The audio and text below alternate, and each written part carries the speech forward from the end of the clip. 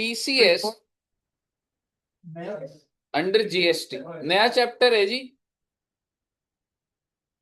Last class में हमने composition scheme करा था, सेक्शन 10 याद है वो, 1.5 करोड़ 75 लाख 50 लाख, वो सारी बातें हो गई थी।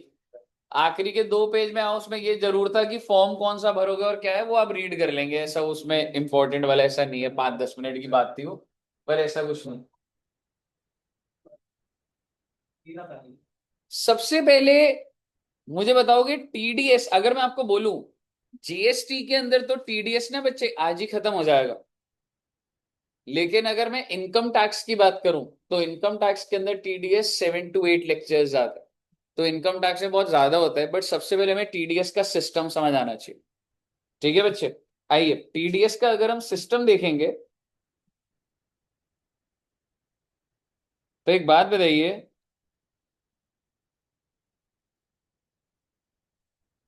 जैसे सपोज करो अगर आपकी जॉब लगी, ठीक है, मान लो एक कंपनी है इन्फोसिस,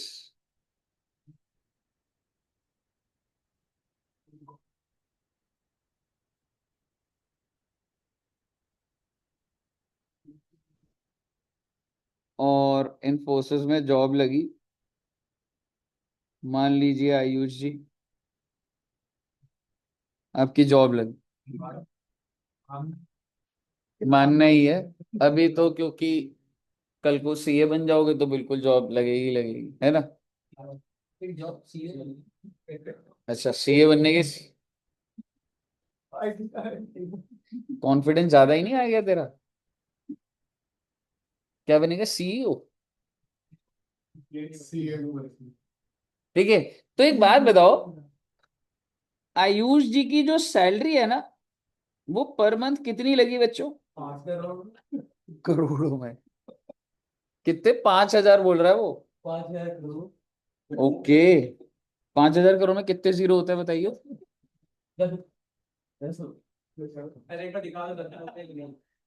ठीक है, तो मान लो भाई का पैकेज कितने रुपए का लगा, 12 लाख पर annum। ठीक है, आप मुझे बताइए 12 लाख पर annum तो महीने का कितना, तो भाई जब इसने 1 महीना काम कर लेगा तो आप मुझे बताइए वैसे तो इसकी सैलरी कितनी बनती है 1 महीने के हिसाब से, क्या इसके बैंक अकाउंट में 1 लाख आएगा, नहीं आता। तो क्या होता है, जो कंपनी होती है, कंपनी क्या होती है, कंपनी की कोई मर्जी नहीं होती, सरकार कहती है कि आप जब किसी इंसान को इनकम दो सैलरी के एंगल से, इसी तरीके से रेंट दो, कमीशन दो, प्रोफेशन, ऐसे सब पे सेक्शन बने हुए हैं इनकम टैक्स में। अभी मैं किस चीज की बात कर रहा हूँ, सैलरी की, तो कहते हैं कि इसका, इसके ऊपर जो भी टैक्स है ना वो डिडक्ट कर दो, थोड़ा सा टैक्स, क्योंकि हर महीने सैलरी जानी है ना, तो मान के चल लो कि 10,000 रुपए डिडक्ट कर लो और भाई के बैंक अकाउंट में कितना आ जाएगा, 90,000।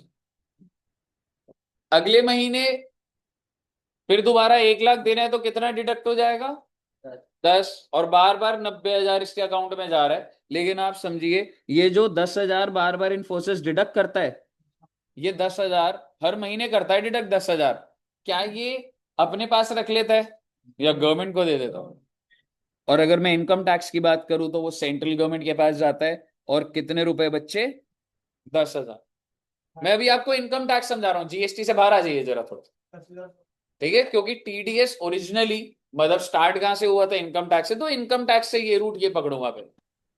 अब आप मुझे बताइए नेक्स्ट मंथ क्या होगा, फिर दोबारा 10,000 सरकार के पास, तो ऐसा करते करते गवर्नमेंट के पास कितने रुपए आ जाएंगे, 1,20,000।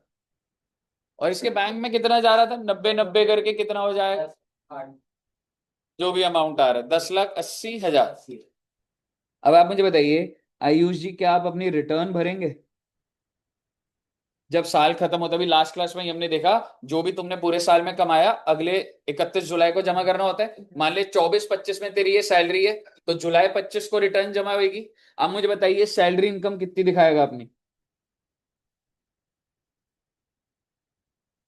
जो बैंक में आ रहा है या जो कंप्यूटेशन हमने सीखी है वो, एग्जैक्टली और सिंपल रखते हैं इसको, 12 लाख बेसिक सैलरी मिल रही थी, कोई अलाउंस नहीं कुछ नहीं, 12 लाख रुपए बेसिक थी, तो इसकी सैलरी कितनी हो गई, 12 लाख। सर और कोई हेड में कोई इनकम नहीं बेटे, जीटीआई कितनी, 12 लाख। सर जी कोई 6 से डिडक्शन नहीं है अभी, टोटल इनकम कितना, 12 लाख। एंड अगर हम 12 लाख पे टैक्स निकालें, सो लॉजिकली इतने सिंपल टास्क में तो जो भी मतलब अगर मैंने जैसे 10-10 करा है तो लॉजिकली तो कितना टैक्स बन रहा होगा, क्योंकि कंपनी ने जितना काटा है 1/20। ठीक है, पर मैं आपको बोल रहा हूं मान लो टैक्स कितना बनता है 12 लाख पे, 1 लाख रुपए मान लीजिए, कुछ भी है ना बेटे, एक रैंडम फिगर ले रहा हूं, सिस्टम सिखा रहा हूं आप, 1 लाख। आप मुझे बताइए क्या इसको 1 लाख रुपए जमा करने हैं, ये ऑलरेडी जमा हो चुके। तो ये 1 लाख, ये सिस्टम क्या दिखाएगा कि भाई ये तेरी इनकम है और उसके हिसाब से टैक्स कितना है, 1 लाख। ठीक है, अब क्या होगा, ये बोलेगा अरे सर पर मेरा तो टीडीएस कटा हुआ है, कितने का, 1,20,000 का, तो मैं तो ज्यादा दे दिया, कितना ज्यादा दे दिया, तो क्या दिक्कत वाली बात है भाई, रिफंड आ जाएगा तुझे, कोई दिक्कत वाली बात। और अगर इसके ऊपर टैक्स बन रहा होता 2 लाख का, तो इसको पे करना पड़ता। लेकिन आपको बता रहा हूं प्रैक्टिकली ये इतना सिंपल केस है कि इन्फोसिस इसकी एग्जैक्ट इनकम पे एग्जैक्ट टैक्स जमा करेगी, ना इसको कोई रिफंड आएगा ना पेमेंट, एग्जैक्ट पेमेंट कर दूंगा। रॉकेट साइंस थोड़ा ना, 12 लाख की कंप्यूटेशन कंपनी के पास पड़ी होती है सबकी भाई, समझ रहे हो, तो वो सारा हम देखेंगे टीडीएस में कैसे होता है। लेकिन what I mean to say is कि टीडीएस जो है, अच्छा एक दो वर्ड्स, इन्फोसिस क्या है बच्चे, इसको बोला जाता है deductor. The one who deducts TDS is called deductor, और जिसका टीडीएस काटा जाता है उसको बोला जाता है डिडक्टर। एंड आप समझिए कि if I am giving you money, अब जैसे हमारे इस केस में अगर यहां पर मैं बोलूं कि जैसे मैं रेंट पे करता हूं, तो लॉजिकली एक लॉ कोई ना कोई सेक्शन है इनकम टैक्स का जो हमारे ऊपर लगता है, और वो ये कहता है कि जब आप रेंट दोगे तो सारा पैसा मत दो, कुछ अमाउंट टीडीएस डिडक्ट कर दो। समझ रहे हो, सो बेसिकली टीडीएस क्या होता है, जब भी एक बंदा दूसरे इंसान को इनकम दे रहा होता है तो सरकार बीच में कहती है कि अभी के अभी मुझे भी दे दो। मुझे बताइए टीडीएस का मतलब समझ आया आपको, ये टीडीएस सारा का सारा इनकम टैक्स का। अगर मैं आपको सैलरी दे रहा हूं तो कैसे कटेगा टीडीएस, कमीशन दे रहा हूं, ब्रोकरेज, घर खरीदना है आपको 50 लाख की कमीशन बनती है, क्या उस पर है, ठीक है, प्रोफेशनल फीस, डॉक्टर्स इंजीनियर्स उनको पेमेंट कर, ऑडिटर आप सारे ऑडिटर हो, आपको पेमेंट देती है कंपनी, उस पर टीडीएस कटता है, रेंट पे टीडीएस कटता है। ऐसे करते करते करते भाई साहब, ऐसे करते करते 30-40 टाइप ऑफ पेमेंट्स है, कॉन्ट्रैक्टर को व्हाइट वॉश करा रहा हूं, ये करा रहा हूं, सब पे टीडीएस है भाई साहब। तो बेसिकली वो तो बहुत ज्यादा डिटेल जाएगा, लेकिन अब मैं आपको स्विच कहां मार रहा हूं, जो ये कॉन्सेप्ट था, यही कॉन्सेप्ट अब किधर आ गया है बच्चे, जीएसटी।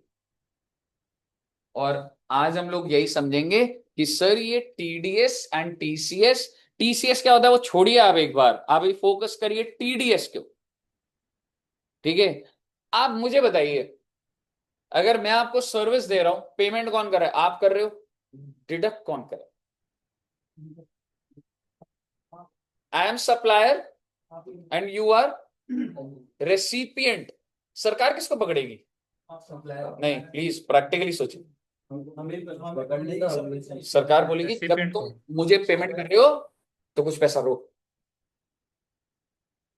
समझ रहे हो, क्यों, क्योंकि अब मैं आपको एक सिस्टम बताता हूँ, ठीक है, फिर आपको अच्छा लगेगा। यहाँ सर पर वो चार्ट बनाना है। हाँ जी, ऊपर वाला नहीं, नहीं ऊपर वाला नहीं बना, ठीक है, अभी भी जो लिखा हुआ है, अभी भी जो लिखूंगा वो भी नहीं बनाना होगा अभी आपने। आप सपोज करिए एक इंसान है सप्लायर,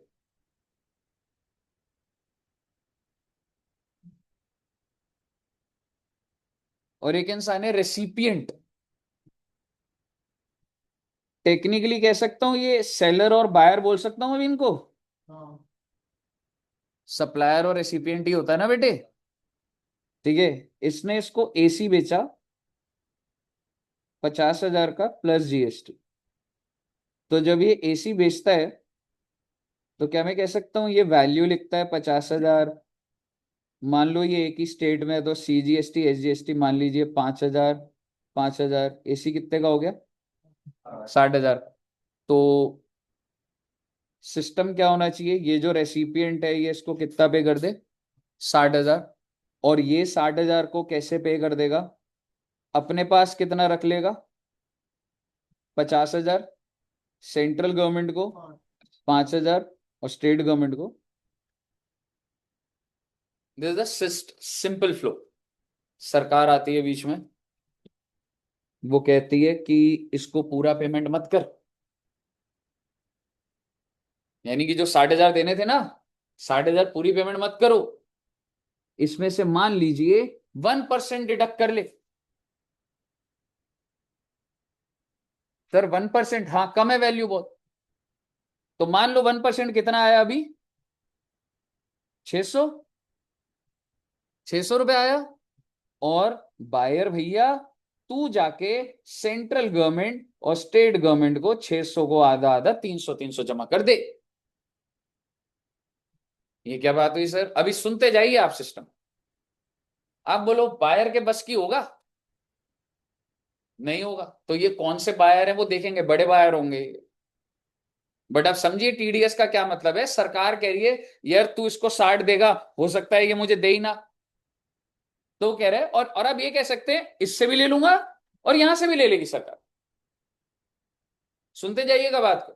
सरकार के पास कितना पहुंच गया थ्रू TDS? 300 रुपए। अभी आप रेट पे फोकस और उस पर मत करिएगा, प्रोविजन जब एग्जैक्ट जाऊंगा तो चला जाऊंगा। पहले आप मुझे बताइए इसको पे कितना करूं? 59,000। he'll get 59,400। पहले यहां तक क्लियर है? अब आप सुनिए, what is the liability, output tax liability of seller? 5,000। Bill में तो 5,000 का GST लगा रखा है। और स्टेट गवर्नमेंट के लिए 5,000। और मैं आपको कह रहा हूं मेरे पास कोई ITC नहीं है, तो क्या मुझे कैश नहीं पे करना चाहिए? बिल्कुल। लेकिन अब मैं ये बोलूंगा कि भाई साहब कुछ तो TDS कट गया हमारा पहले से। मैं सेंट्रल लोन क्या बोल रहा हूं, मैंने आपको कितने 5,000, पर आपने TDS प्रोविजन ला के वो जो वहीं से कटवा के अपने अकाउंट में डाल लिया, वो एडजस्ट करवाओ ना मेरे से। तो बेसिकली मैं 300 और 300 लेस कर दूंगा, और मैं पे कितना करूंगा? 4,700। 47, you get the credit also. मैंने बिल बनाया 50,000 का, 5,000 का GST, 5,000 सेंटर, 5,000 स्टेट। और अगर मेरा TDS कटा है, और TDS किस नाम से कटा है? बेसिकली सरकार उठा लेती है सारा पैसा।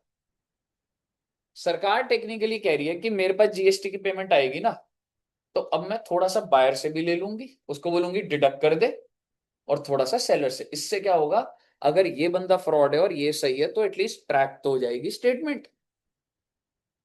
हो सकता है ये बंदा बेचे ही जा रहा है, बेचे ही जा रहा है, और मेरे तक पैसा ही नहीं पहुंचाता। सोचो सरकार को बहुत टाइम लग जाता है पहुंचने में। तो गवर्नमेंट ने क्या करा, दोनों पे बर्डन डाल।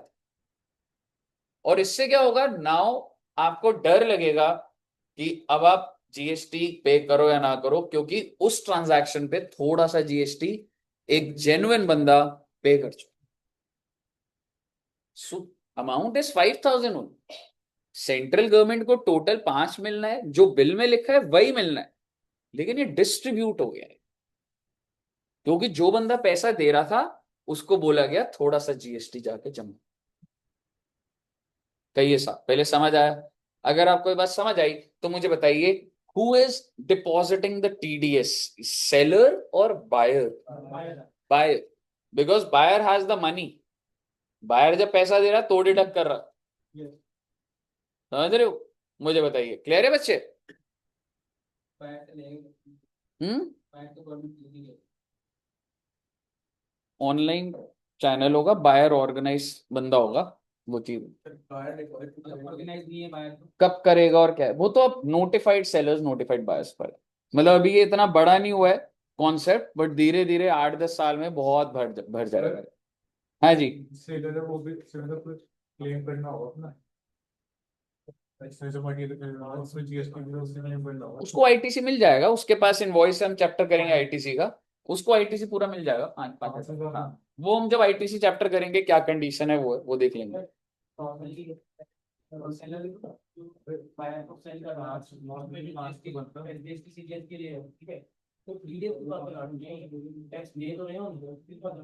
सुन ले एक बार, तेरी नौकरी है, तू 12 लाख कमाता है, अगर तू फ्रॉड निकला सरकार को पैसा पहुंचेगा? नहीं। तो सरकार क्या कहती है, कंपनी को बोलती है इसको पैसा देने से पहले थोड़ा सा पैसा हमें जमा कर दो, ताकि एटलीस्ट हमारे पास एक लाइन ऑफ, एक ट्रैक रिकॉर्ड तो बने, ट्रेल मेल तो बने चीजों का। 1 मिनट। इसी तरीके से अगर दो लोग एक ट्रांजैक्शन कर रहे हैं और अगर मैं दोनों के ऊपर कुछ कुछ ऑब्लिगेशन डाल दूं, तो अगर आप दोनों में से कोई भी ऑनेस्ट होगा, at least I would have got evidences no. इससे क्या होगा, लोगों की ये इंटेंशन कि यार मैं छिपाता हूं ट्रांजैक्शन, ये डिफीट हो जाती। बिकॉज नाउ तेरे को सिर्फ सरकार को धोखा नहीं देना, जो तेरे से सामान खरीद रहा है। मान ले मैं सेलर हूं, तू बायर है, ठीक है, मैं तेरे से पैसे लेता था, मैं सरकार को ही नहीं देता। लेकिन आज के टाइम पे मुझे बता दे तू बायर है, तो खुद बोलेगा भाई मैं तो काटूंगा टीडीएस से, क्योंकि तू तो कायदे से कर रहा है ना वो। हाँ। और गवर्नमेंट के पास रिकॉर्ड आ गया, और जब तू वो बता रहा है, तो तू बता रहा है मैंने इससे खरीदा था, ये इनवॉइस है, ये डेट है, तो गवर्नमेंट मुझे पकड़ सकती है। Now they have the root.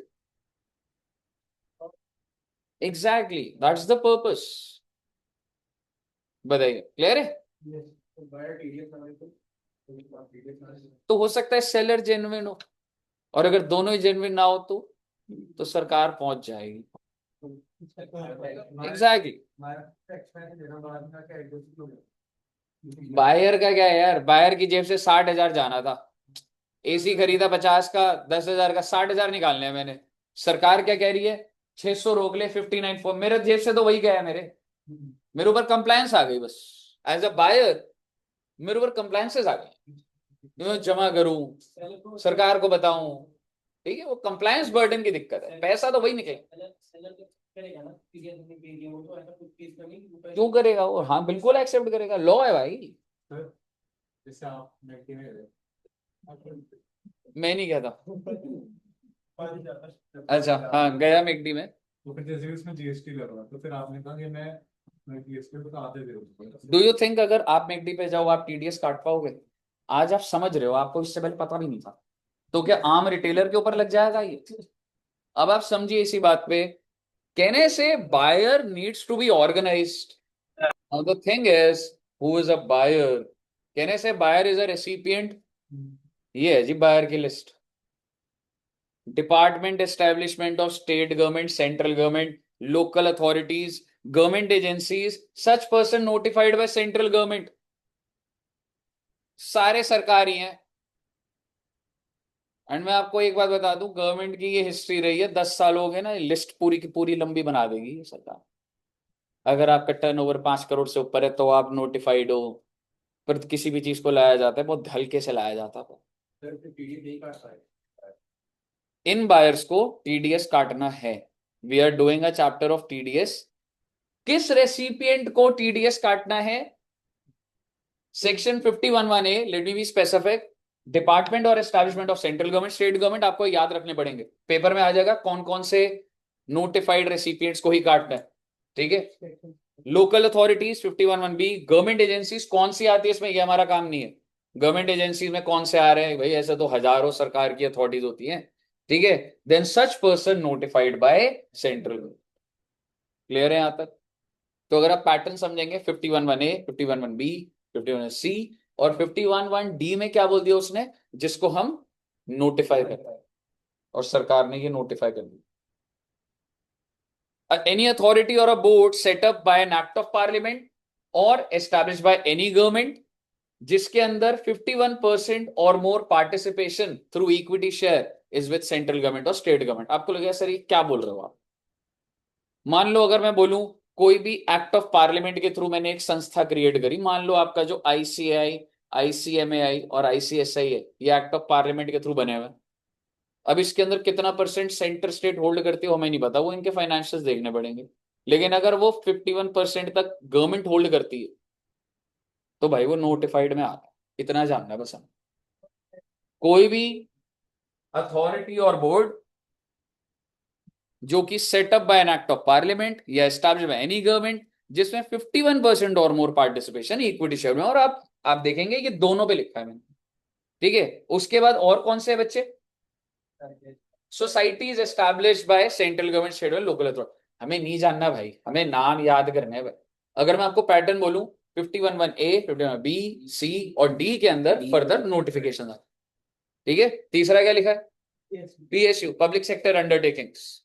And last, any registered person receiving metal scrap from any, इसको बिल्कुल इग्नोर कर दीजिएगा आप, ठीक है। ये अमेंडमेंट के थ्रू कुछ आया था, ठीक है, इसके ऊपर अभी नहीं बोलूंगा, ठीक है। एक राइट टाइम आने पे जब एब्जॉर्ब करोगे तब होगा। तो आपको ये तीन समझने पर, यहां तक क्लियर है? अब मेरा आपसे सवाल, क्या रिलायंस जब लोगों को करोड़ों की पेमेंट कर रहा है, क्या वो TDS काट रहा है? कम ऑन, आई मीन मैं GST की बात कर रहा हूँ। GST, GST under TDS under GST है। रिलायंस इज बाइंग, और उसने 100 करोड़ का सामान खरीदा, ठीक है। मैं GST के एंगल से कर रहा हूं, जब हम GST स्टार्ट कर दे तो क्या वो 100 करोड़ पूरा दे देगा, या उस पर GST काटेगा? आई एम सॉरी, या उस पर TDS काटेगा? पूरा देगा, because he is not coming under the list of notified recipients, या रेसिपिएंट में नहीं आ रहा ना बच्चे वो। यहां तक क्लियर है आपको?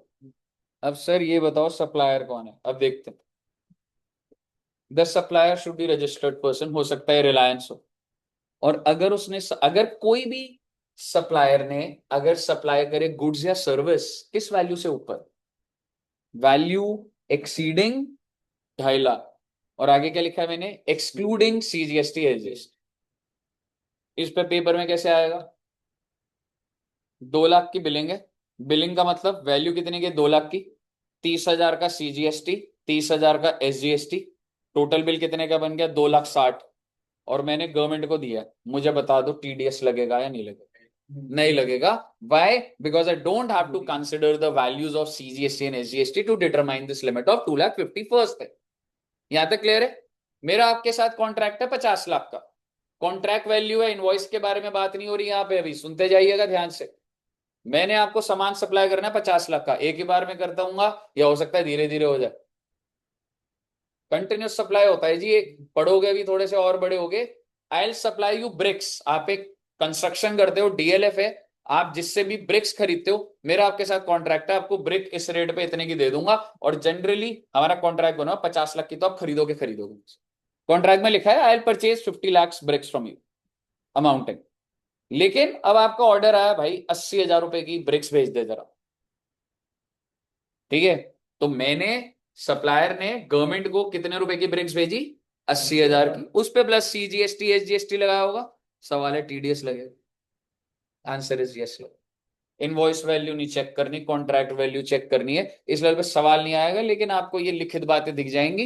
इनवॉइस की वैल्यू चेक कम हो, पर हमें कॉन्ट्रैक्ट देखना है। अगर कॉन्ट्रैक्ट मेरा 2.5 लाख से ऊपर का चल रहा है, मेरा आपके साथ कॉन्ट्रैक्ट है 10 लाख का, 1-1 लाख के 10 बिल बनेंगे, सब पे TDS कटेगा।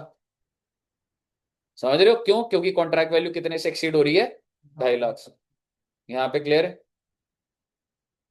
ये लाइन आपको समझ आ रही है? आपको एकदम से समझ नहीं आएगी। अच्छा, डिडक्ट कौन करेगा बच्चे? हाँ, ना ना इधर कर रहा हूं। हाँ जी, 51 सबसेक्शन 2 पढ़िएगा एक बार।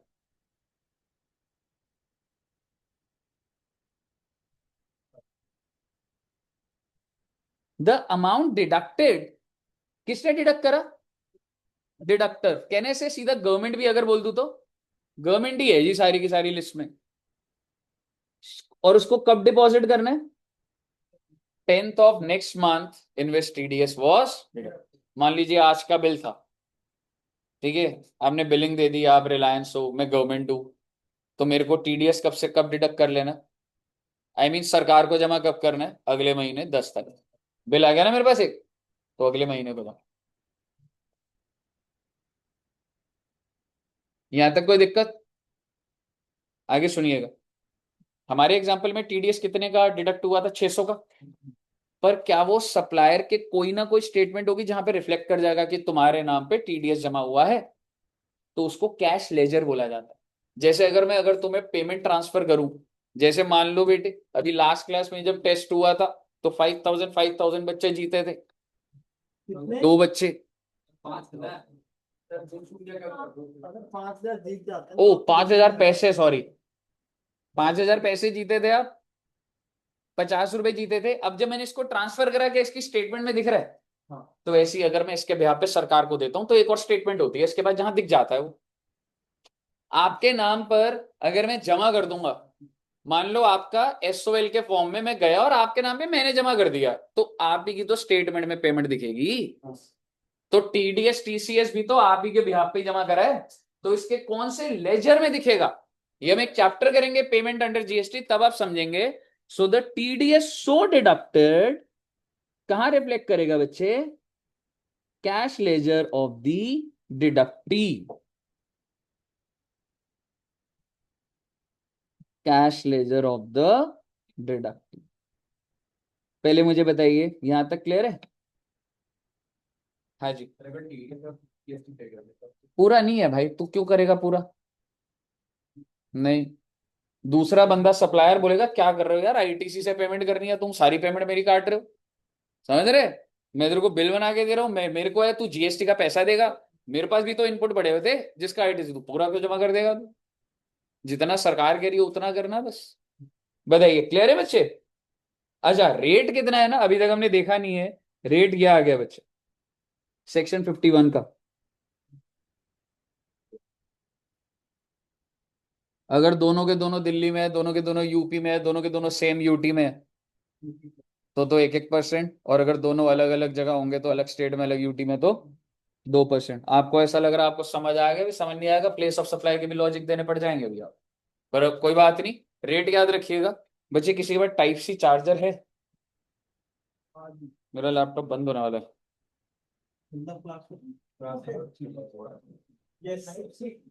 सर कल कंटिन्यू कर लेंगे, कोई बात नहीं। नहीं, टाइप सी चार्जर है?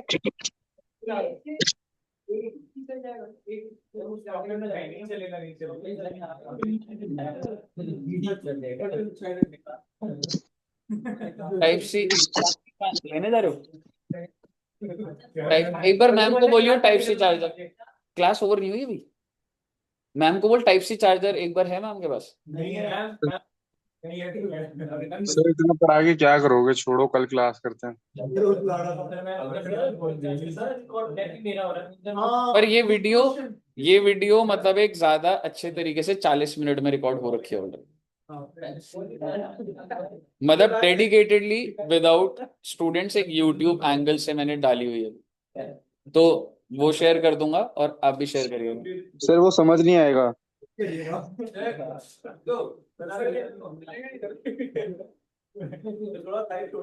नहीं, मैम टाइप सी है। मैं आज आपको पहले समझाता हूँ, आप ये टाइप सी नहीं होता मैम। क्या है ना कि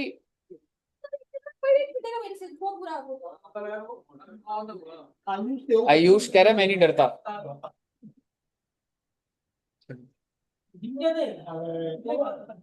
मैम टाइप सी चार्जर पूछ रहे हैं एक बार मिंकी मैम से। कोई बात नहीं मैम, ऐसा ये वाला है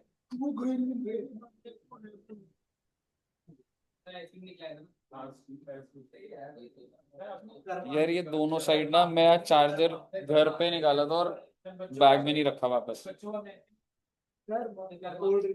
बच्चों ने अपना खुद ही फंड रेस करे थे, खुद ही अपना।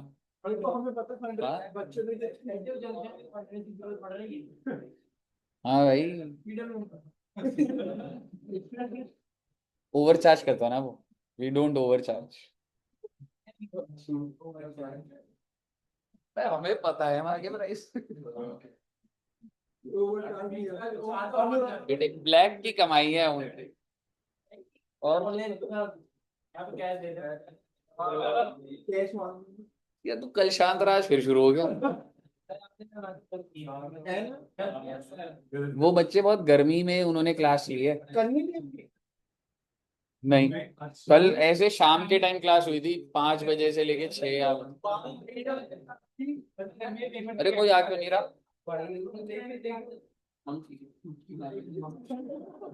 सितारों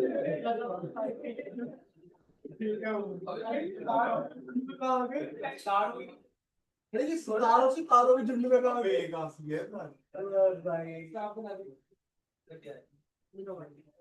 भैया का बंगाल का भैया एटीट्यूड ये हाथ में लेकर तो नहीं बना रहे नहीं होगा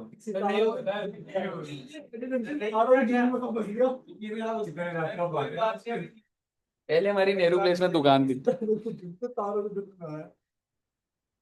क्या चाहते हो आप, चार्ज हो जाए या ना हो?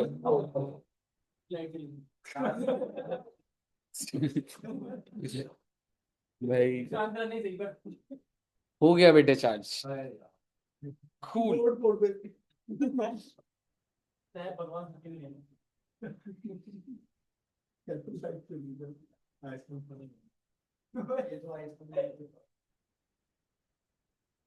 चलिए आइए। सही तो है। हाँ हाँ बिल्कुल सही में, क्या भाई भरोसा नहीं हो पा रहा तुम्हारे से। नहीं हो रहा था सर। अभी आप कुछ दिक्कत आ गई यार। कंप्यूटर में पूछ रहे प्लस अरे गड़बड़ हो गई।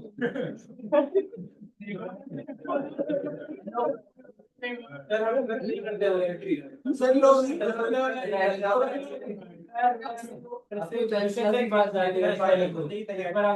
लड़की को आपने बता दिया क्या एग्जाम देने गए थे आप दुष्यंत सर ना लॉ के टीचर है, कहानी बनाते रहते। उसकी कुर्सी पे मारा मार लगे थे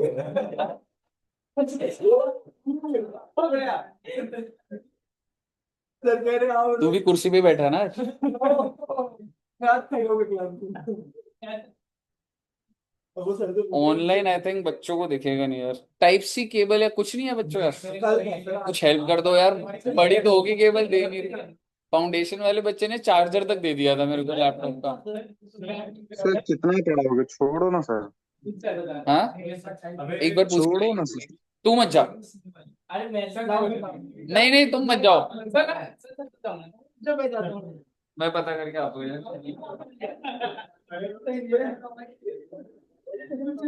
परमीत लग जाएगा।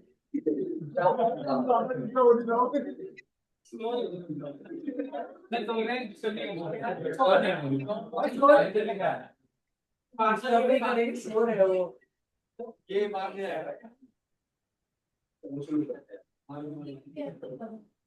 अभी गेट में कर दियो ये बिल्कुल हो गया हमारी छोटी नहीं भाई बंद कर दे दो ऐप है कि दरवाजे किसका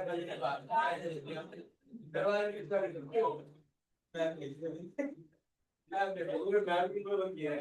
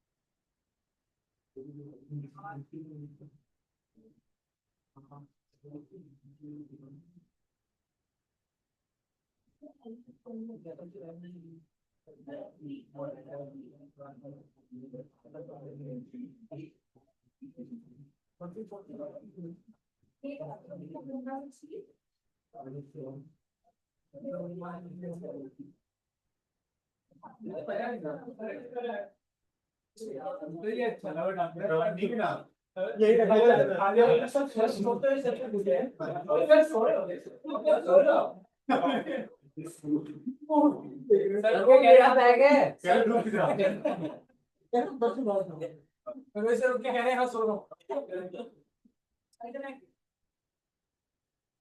सर ऐसे बैग नहीं चाहिए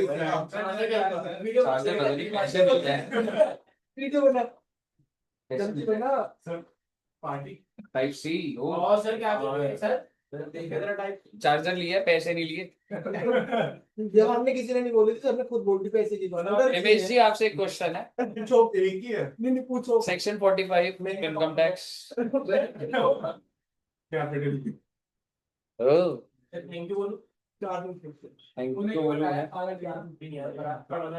चार से हो गए, चार दिन हो अब हो जाएगा बेटे। यही वो कर रहा है। तो इसके लिए जा रहा है उसको। कोई जरूरत हो सर परवीन ने बताया परवीन, ये बात तो सर कोई नहीं लगती। Thanks to Parveen ji. Thanks तो नहीं। सर एक बात बताओ, आप किसी सोते इंसान से पूछते क्या यार कभी कभी होता है कि इधर ना लग जाए, अरे पीडब्ल्यू का सिस्टम ऐसा ठीक होता है। पंखा चलाने के चक्कर में एक्सटेंशन बोर्ड को चिपका।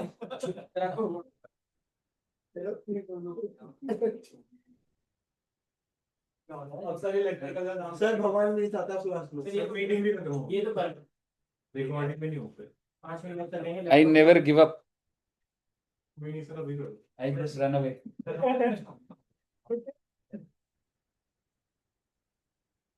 सारे लग के चलो हो गया, हो गया। पंखा तो चलाओ। अब बंद होगा, अब नहीं चलेगा वो। हाँ एक्सटेंशन कॉर्ड लगी थी, हट गया वो।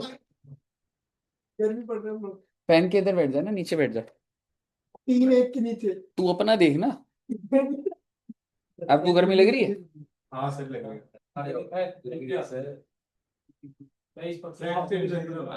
नहीं नहीं, हो गया हो गया। आइए वो तो हो गया चलिए, नहीं बचा रहे। ठीक है, ऑनलाइन आवाज आ रही है सबको? नहीं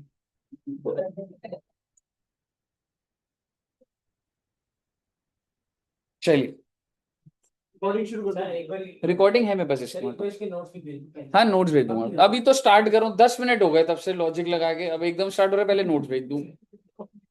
ठीक है। अच्छा एक चीज बता रहा हूं आपको, क्या ये जो जैसे 51(1)(a था, इसमें क्या लिखा हुआ है? डिपार्टमेंट्स और establishment of central government, but एक चीज है, आप देखिए मिनिस्ट्री ऑफ डिफेंस को एक्सक्लूड करा हूं। देखिए क्योंकि उनका मे बी कुछ कॉन्फिडेंशियल रीजन होगा या कुछ है, और वो भी स्पेसिफिक क्या बोला हुआ था? Ministry of defence excluded except certain prescribed authorities of ministry of defence, मतलब कुछ अथॉरिटीज को ही बाहर करा गया। एमओडीज मिनिस्ट्री ऑफ डिफेंस हो, मतलब थोड़ा सा लैंग्वेज में आपको लग रहा होगा, बट मैं आपको कह रहा हूं लिखा कैसे हुआ है, मिनिस्ट्री ऑफ डिफेंस की कुछ अथॉरिटीज को ही बाहर करा गया। ठीक है, तो आपको जनरली बस देखना है, हाँ सर कौन बाहर हो रखे हैं, मिनिस्ट्री ऑफ डिफेंस आउट। ठीक है जी, मुद्दे की बात ये है बच्चे, मैंने आपको ये बताया था ना, जितना भी टीडीएस जमा होगा वो किधर दिख जाएगा? डिडक्टी के कैश लेजर में दिख जाएगा। यहां तक क्लियर है? आइए 51 सबसेक्शन 3 देखिए क्या लिख रहा है। डिडक्टर को एक सर्टिफिकेट इशू करना पड़ेगा कि भाई भरोसा कर, मैंने तेरे नाम पे टीडीएस जमा करा है, मैंने कहा नहीं हो रहा भरोसा, तो वो एक सर्टिफिकेट इशू कर देगा। और ये सर्टिफिकेट कैसे निकलेगा? भाई सरकार को जमा करूंगा, सरकार मुझे सर्टिफिकेट देगी, मैं आगे डिडक्टी को सर्टिफिकेट दे दूंगा। यहां तक क्लियर है? जितना भी टीडीएस डिडक्ट हो गया वो कौन से लेजर में दिख जाएगा? Cash ledger. किसके? डिडक्टी के। और अगर डिडक्टर ने पे नहीं करा, मान लो मेरी जिम्मेवारी थी, जैसे गवर्नमेंट की जिम्मेवारी है पे करने की, और अगर वो पे नहीं कर रहा, तो क्या अगर वो लेट पे करता है तो इंटरेस्ट लगेगा? बिल्कुल लगेगा। वो इंटरेस्ट की कैलकुलेशन पेमेंट वाले चैप्टर में देखेंगे, यहां नहीं करनी हम लोग को, हमें सिर्फ ये देखना है interest under section 50 TDS deducted is not deposited by the deductor. भाई अगर तुम जमा नहीं करोगे, मान लो आज जमा करने थे, अच्छा डेट क्या थी बच्चे जमा करने की? 10th ऑफ नेक्स्ट मंथ, जिस भी साल में डिडक्ट करोगे उसके नेक्स्ट मंथ। ठीक है, पर मैंने 10th को नहीं करा, मैंने 15 को करा। कितने दिन का डिले? 5 दिन का डिले। और रेट क्या लगेगा? वो सब कुछ नहीं है, लेकिन इंटरेस्ट लग रहा है, बस मैं आपको ये बता रहा था, लेट पेमेंट करोगे तो इंटरेस्ट लगेगा। कोई दिक्कत? हाँ डिडक्टर बिल्कुल। अच्छा 51(8) क्या कह रहे हैं? अगर आपने ज्यादा जमा कर दिया, ठीक है, मान लो डिडक्टर ने कितने जमा करने थे? 600, उसने 1000 जमा कर दिए, क्या उसको रिफंड मिल जाएगा? मिल जाएगा। और अगर उसने बोला आगे वाले को, यार मैंने तो 1000 कर दिए, अब तू खुद से देख लियो, अगर उस बंदे को रिफंड चाहिए, बायर आई मीन जो सेलर है वो ले सकता है। कहने का मतलब है अगर ज्यादा जमा हो गया तो दोनों में से कोई भी रिफंड क्लेम कर सकता है। क्लियर है जी? इसके पीछे कॉम्बिनेशन बन सकते हो, कोई बिल्कुल मैटर नहीं करते। लिखा क्या हुआ है? In case of excess deposit of TDS, either deductee और deductor will get the refund as per section 50। Clear है? और ये क्या लिख रहा है? No refund if such excess is reflected in cash ledger of deductee. वो कह रहा है भाई तूने ज्यादा जमा कर दिए, उसके कैश में ज्यादा आ गए, आपस में सेटल कर लो ना, हमसे रिफंड क्यों मांगते हो? जनरल बात लिखी हुई है, ये दिखेगी आपको मॉड्यूल में, बट इस पर कोई बहुत ज्यादा एनालिसिस कोई नहीं करने की जरूरत। क्लियर है जी? ओके। अब ये सर सर्टिफिकेट के अंदर क्या क्या लिखा होगा, थ्योरेटिकल बात है बेटे, कॉन्सेप्ट हो चुका आपका वाला। टीडीएस का सर्टिफिकेट नंबर, डिडक्टर का नेम, डिडक्टर का जीएसटीआईएन, डिडक्टी का GSTIN, legal name of the deductee. Deductee कौन था? सेलर। सेलर नहीं, हाँ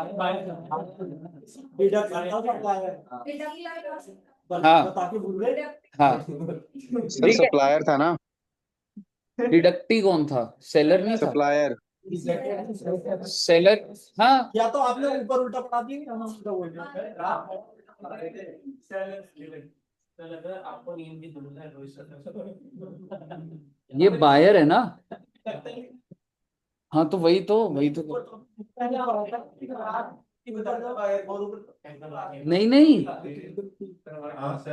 ये डिडक्टर है। आपने सबसे पहले अरे वो तो इनकम टैक्स है। द वन, एक मिनट दिखाना।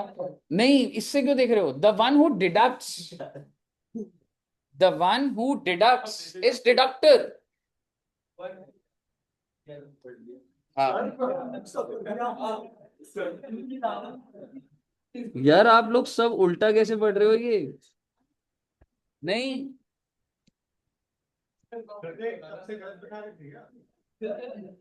मैं तो यही बोल रहा था तब से।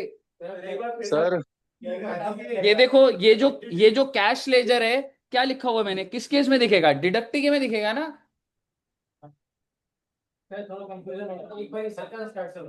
जो भी आपकी, अगर जैसे मैं इनकम टैक्स की बात ही नहीं करूंगा, मैं सीधी यहीं की बात कर रहा हूं। इन दोनों में से किसने टीडीएस काटना है?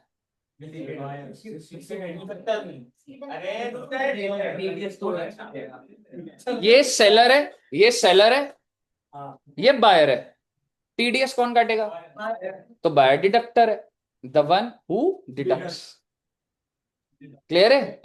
और सर डिडक्टी का समझाओ। डिडक्टी बताइए, क्लियर है? तो यही तो लिखा हुआ था, मतलब पता नहीं। लीगल नेम ऑफ डिडक्टी, अब डिडक्टी का क्या मतलब है, बायर या सेलर?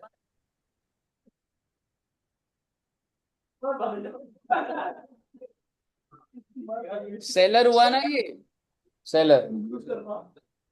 उसका नाम, legal name, trade name, tax period मतलब कौन से महीने की पेमेंट करी है आपने, नेचर ऑफ सप्लाई, गुड्स बेचे, सर्विस बेचे, एसी टीवी जो भी बेचा है, and amount of tax deducted. मुझे बताइए, क्लियर है?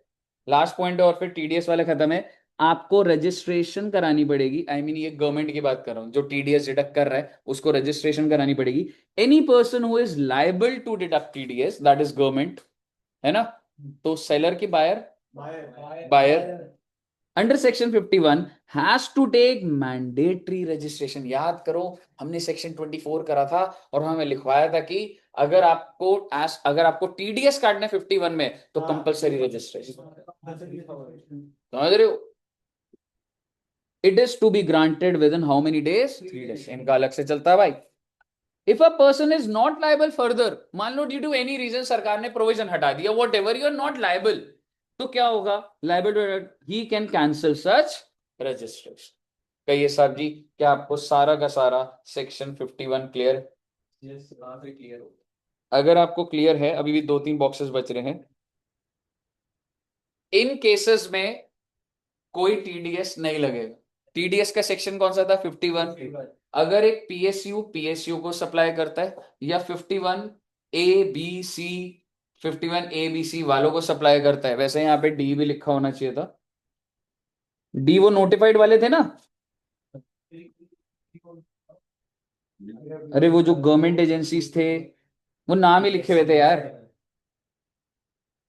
ये जो है तेरे ऊपर वाले, ठीक है। और डी वाले में कौन आ गया था? नोटिफाइड। तो अगर मैं डी लिख दूंगा तो नीचे वाले भी आ गए टेक्निकली। ठीक है, मुद्दे की बात ये है भाई, ABC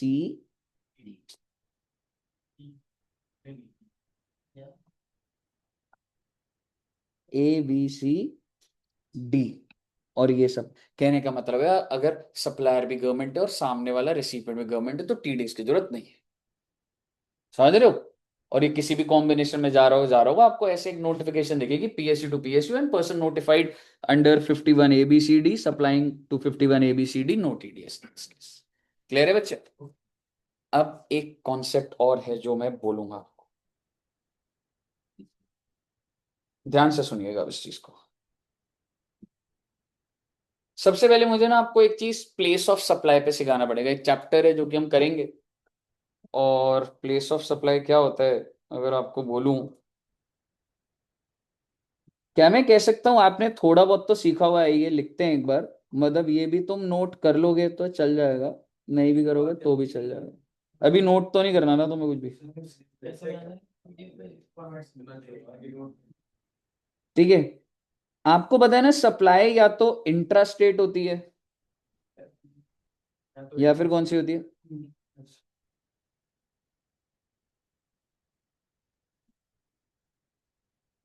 क्या कोई बच्चा मुझे इंट्रा स्टेट की डेफिनेशन बता सकता है? Anyone from September till? Sir supply with in the state. इतनी देर तक पॉज नहीं रहा है आप जिंदगी में कभी? Sir, when buyer and seller are within the state. Buyer and seller are in, आपने देख ली क्लास? Yes sir, देख रखी है पर गलत दिया आपने। पहले। ऐसा ही कुछ था। एग्जैक्ट बता तू, पता पेपर है तेरा सितंबर में। Sir, location of supplier and place of supply जो same state में। ठीक है, मेघ जी ने सही आंसर दिया है, समझिएगा। चेतन क्या कर रहा है? इफ लोकेशन ऑफ सप्लायर, जैसे आप सपोज करो, what do you mean by location of supplier? जहां भी उसने अपनी प्रीमाइस को रजिस्टर करा हो। जैसे आप अगर मैं बोलूं मैकडोनल्ड्स जा रहे हो, what is the location of supplier? State बताइएगा, दिल्ली होगी ना जी, समझ रहे हो? तो हर किसी की जो दुकान है जहां पर, वो क्या हो जाता है? Location of supplier. और मैं आपको बता दूं, मुझे रेसिपिएंट का एड्रेस जानने की जरूरत नहीं है, मुझे क्या जानने की जरूरत है? And place of supply, POS stands for, ये अपने में एक चैप्टर है, प्लेस ऑफ सप्लाई, कहां बेचा गया। इसका मतलब आप नहीं समझ पाएंगे आप अभी, ठीक है? अच्छा मुझे एक बात बताओ, लोकेशन ऑफ सप्लायर मान लीजिए दिल्ली है, ठीक है, और आप मैकडोनल्ड्स में गए और आपने उधर ही जाके खाया, तो उसने सप्लाई कहां करा? वहीं पे ही करा है, दिल्ली में करा है। लेकिन क्या ये हो नहीं सकता आप यूपी के बंदे हो? समझ रहे हो सकता है तुम जहां के रजिस्टर्ड हो वो कहीं और के हो तुम। मैं आपको एक बात बताओ, एडीयू जंक्शन में अगर मैं ये बोलूं कि चलो बच्चों इतनी गर्मी है, समर वेकेशंस पे ऋषिकेश चलते हैं, है ना? तो आप मुझे बताइए कितने बच्चे जाने में इंटरेस्टेड है? सर बैग पैक कर लूं? आलोक भी जा रहा है, अब कितने बच्चे इंटरेस्टेड है? कम हो गए आलोक जी, बिल्कुल एकदम। सर कोई मतलब नहीं पड़ता ना, आप सारा खर्चा मेरे पे कर देना। ठीक है निमेश जी, ऋषिकेश नो, पढ़ाई करनी है। लड़कीबाजी। यही अगर पहले आप सोच लेते, पहले पढ़ाई कर लेते, सही था। पहले सोचा था मेरे से पढ़ है ना। एक बात बताओ कि place of supply consumption basis पे है। एग्जैक्टली अगर मैं आपको बोलूं सारे के सारे ऋषिकेश जाएंगे, तो आप मुझे बताइए वो जो बिलिंग करेगा, कह सकता हूँ वो एड्यू जंक्शन को करेगा, ठीक है? और अगर हम लोग एक जैसे कैंप साइड या होटल गए, आप मुझे बताइए what is the location of supplier? कहने से Rishikesh, what is the place of supply? No, how? तेरे को दिल्ली की फोटो थोड़ा ना दिखानी है उसने, ऋषिकेश यार जो होटल है, ठीक है, वो क्या बोलेगा मैंने सर्विस कहां पर दी है? आप होटल अकोमोडेशन है, हाउस कीपिंग है, सारी चीजें कहां पे सर्विस मिल रही है आपको? ऋषिकेश में मिल रही है, उत्तराखंड में। लेकिन रेसिपिएंट कहां रजिस्टर्ड है? दिल्ली में। तो भाई इंपॉर्टेंस रेसिपिएंट कहां रजिस्टर्ड है इस पे डिपेंड नहीं करता इंटर और इंटर क्या है, किस चीज पे मैटर कर रहा है? सेलर कहां है, सेलर, और दूसरा उसने सर्विस या गुड्स कहां दी है। सर्विस पे ही रही है अभी आप, जो आसान बना दिया मैंने, कहां दी? हमने ऑर्डर करा मैकडी बर्गर में जाके आपने मैकडी ऑर्डर कर दिया।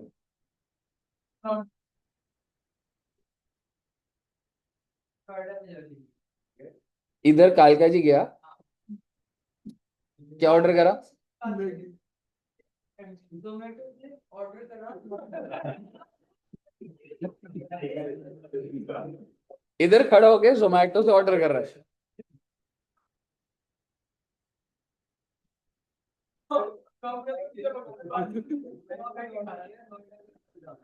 समझ रहा हूँ मैं, मुझे ये पता है मेरे को आंसर तो नहीं आएगा इसमें।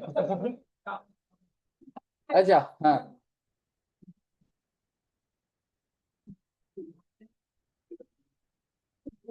तेरे को मैकडोनल्ड्स में ही जाके खाना था पर तूने जोमेटो पे ऑर्डर करा। क्या करा? मैकडी की शॉप से।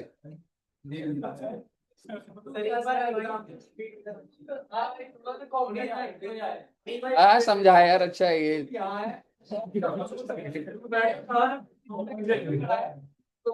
मैकडी पे गया नहीं गया, घर पे बैठ। फिर कहाँ पर है? घर पर है कहाँ पर तू? मैकडी पे, घर पे, मेन रोड पे? अभी तो यहाँ दिख रहा है मेरे को, वो तो यहाँ दिख रहा है। हाँ ठीक है। और मैंने दिल्ली के मैकडी से बर्गर मंगाया, कालका जी से। कहीं से ठीक है, दिल्ली से। नोएडा। अच्छा,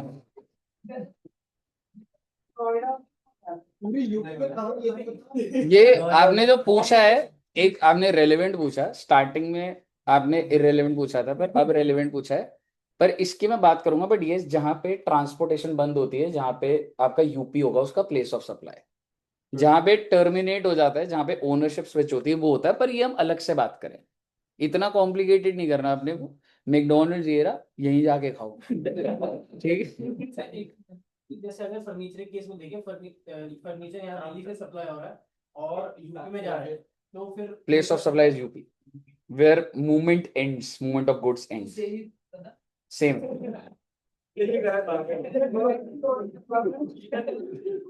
डाउट को इधर दो। ठीक है, तो मुद्दे की बात ये है, अभी आपको प्लेस ऑफ सप्लाई एग्जैक्टली क्या होता है ना, उसके अंदर 3 लेक्चर लगते हैं, तब समझ आएगा। बट अब ये समझिए, सप्लायर है दिल्ली का और प्लेस ऑफ सप्लाई, आप सिंपल समझिए, रेस्टोरेंट में आपने जाके खाया, रेस्टोरेंट वाले ने सप्लाई का करा, उस रेस्टोरेंट में ही करा। ठीक है, अगर आप मूवी देखने जा रहे हैं तो जैसे सपोज करो आप गए पीवीआर में, ठीक है, नेहरू प्लेस में पीवीआर गए, तो सप्लायर की लोकेशन क्या है? दिल्ली, और वो सप्लाई भी कहाँ कर रहा है? दिल्ली में कर। हो सकता है आप यूपी से आए। So what I mean to say is, आपकी रजिस्ट्रेशन रेसिपिएंट की कहाँ की है ये मैटर नहीं करता है to identify whether the supply is intra and inter. तो बायर सेलर नहीं बोल सकता मैं।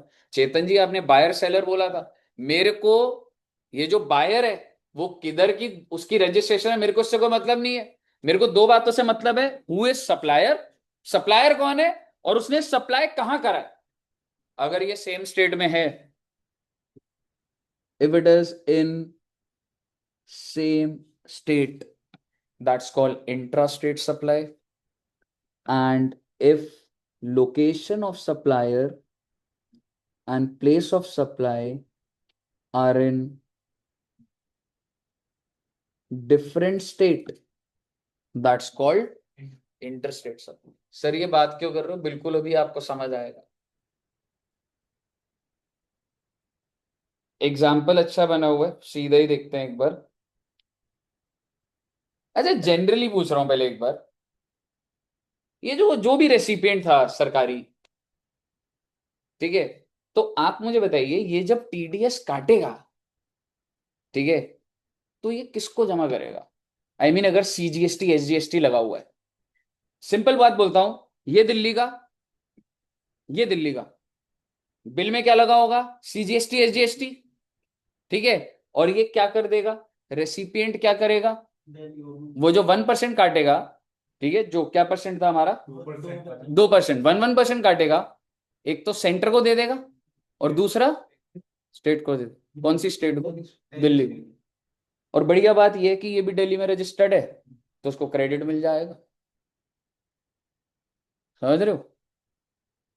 अगर ये बंदा यूपी का हुआ तो नहीं मिलेगा। सीजी तो सर आईटी को स्टेट लेवल ना, आईटीसी की मैं बात नहीं कर रहा, एक मिनट।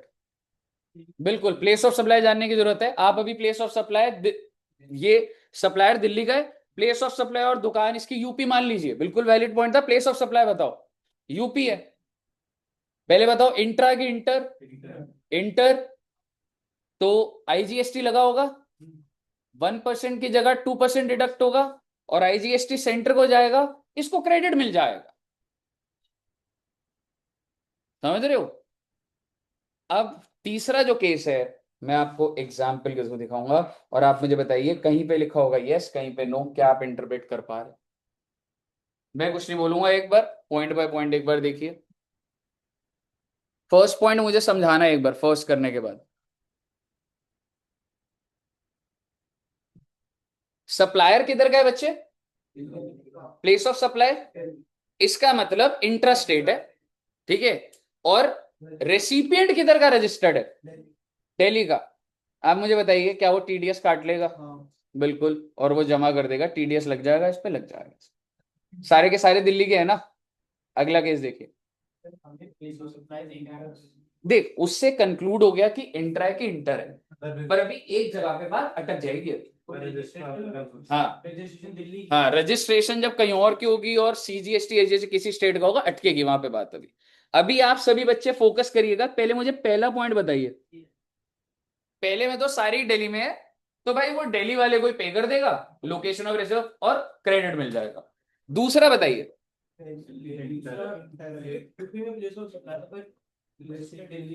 लोकेशन ऑफ सप्लायर क्या है? दिल्ली। प्लेस ऑफ सप्लाई, ठीक है, तो क्या हो गया ये इंटर। पर सर वो जो रेसिपिएंट है उसकी दुकान दिल्ली की ही रजिस्टर्ड है, ठीक है। पर आप मुझे बताइए, अगर उसको टीडीएस काटना है तो वो काट पाएगा? हाँ, आईजीएसटी का काटेगा, क्रेडिट मिल जाएगा, क्योंकि स्टेट स्टेट वॉर नहीं चल रही ना ये। आईजीएसटी तो कट जाता है ना बच्चे। अभी आपको प्रॉब्लम समझ आएगी, थर्ड केस पे जाइए।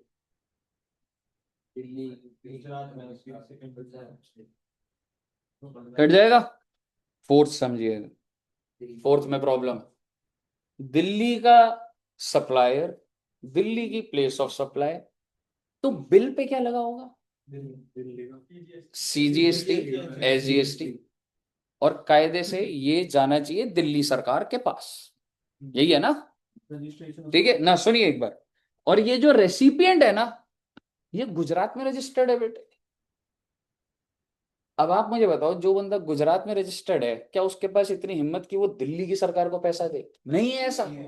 आपकी दुकान अगर आज दिल्ली में है ना, तो आपका हम जो पेमेंट चैप्टर करेंगे, आप सिर्फ दिल्ली सरकार, सेंट्रल गवर्नमेंट और आईजीएसटी पे कर सकते हो। आप महाराष्ट्र गवर्नमेंट को कैसे पेमेंट कर दोगे आप? आपकी दुकान हर प्रिमाइस एक जगह पे रजिस्टर्ड होती है ना। So when you take the, आप सिंपल सा एग्जांपल लीजिए, अगर मैं एड्यू जंक्शन को रजिस्टर कराता हूं, कौन सी प्रिमाइस रजिस्टर होगी? यही वाली होगी। कहां पर है ये? दिल्ली में। जब मैं रजिस्टर्ड हो जाऊंगा ना, तो मेरा दिल्ली की सरकार के साथ रिलेशन है भाई। भाई मैं यूपी की सरकार को पेमेंट कैसे कर दूंगा? मेरे सॉफ्टवेयर के अंदर ऑप्शन ही नहीं आएगा। मेरे को पेमेंट करने को क्या मिल जाएगा? सिर्फ मैं दिल्ली को पे कर सकता हूं, मैं सेंट्रल गवर्नमेंट को पे कर सकता हूं, और सेंट्रल गवर्नमेंट को जाता है आईजीएसटी पे कर दूंगा उसको। लेकिन आप यहां बताइए, क्या ये बंदा जो गुजरात में रजिस्टर्ड है, क्या ये दिल्ली की सरकार को पे, इस पे टैक्स किस पे जाना चाहिए? दिल्ली पे जाना चाहिए ना, ठीक है। क्या ये दिल्ली की सरकार को पे कर पाएगा? टीडीएस काट पाएगा ये? क्या ये 1-2% काट के दिल्ली की सरकार को पेमेंट अगर करने जाए, क्या इसके सॉफ्टवेयर में आ रहा होगा? नहीं आ रहा। समझ रहे हो? अब आप एक बार दोबारा से देखिए चाहे केसेस को, ठीक है। अगर मैं फर्स्ट वाला बोलूं, ठीक है, आपको समझ आ गया वैसे बच्चों को, लेकिन एक बार फिर दोबारा बोल देता हूं। लोकेशन और प्लेस से मेरा क्या डिसाइड हुआ? इससे ये पता लगता है कि टैक्स कौन सा लगेगा, सीजीएसटी एंड एसजीएसटी। और रेसिपिएंट भी किधर था, तो कोई दिक्कत नहीं। जब वो टीडीएस काटेगा तो वो बोलेगा मैं काट के किसको पेमेंट करूं? कौन सी सरकार को? दिल्ली। तो ठीक है ना भाई, तो दिल्ली का ही तो रजिस्टर्ड है बंदा, रेसिपिएंट जो है। ठीक है, अगले केस में दिल्ली एंड यूपी इंटर हो गया, पर ये बंदा खुद का किधर का है, दिल्ली का। ये कह रहा है टीडीएस काट दूं, मैंने कहा हाँ। कह रहा है किसको पे करूंगा बताइए, किसको पे करना है? दिल्ली। कम ऑन, अगर इंटर स्टेट होता है तो आईजीएसटी होता है। आप क्रेडिट छोड़िए, क्या जब तुम अपनी दुकान रजिस्टर करोगे तुम आईजीएसटी पे कर सकते हो, कर सकते हो तुम। तो ये पे कर देगा अपना आईजीएसटी का जो भी इसका, इसको टीडीएस जमा करना है। समझ आया आपको मैंने क्या बोला? आ गया ना समझ पक्का से? तो हो जाएगा, बिल्कुल हो जाएगा बेटा। क्यों? सर हाँ जी। सर जो आईजीएसटी वो पे करेगा फिर वो दिल्ली को ही तो जाना ना, सीजी और नहीं, एसजी को। वो गवर्नमेंट आपस में करेंगे।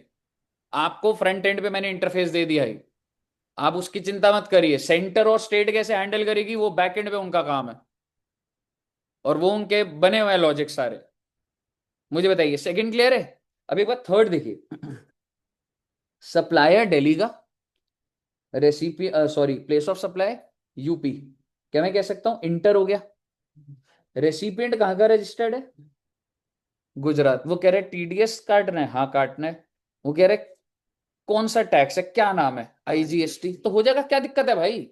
आईजीएसटी पूरे इंडिया में जितनी भी दुकानें रजिस्टर्ड है सब पे कर सकती है आईजीएसटी।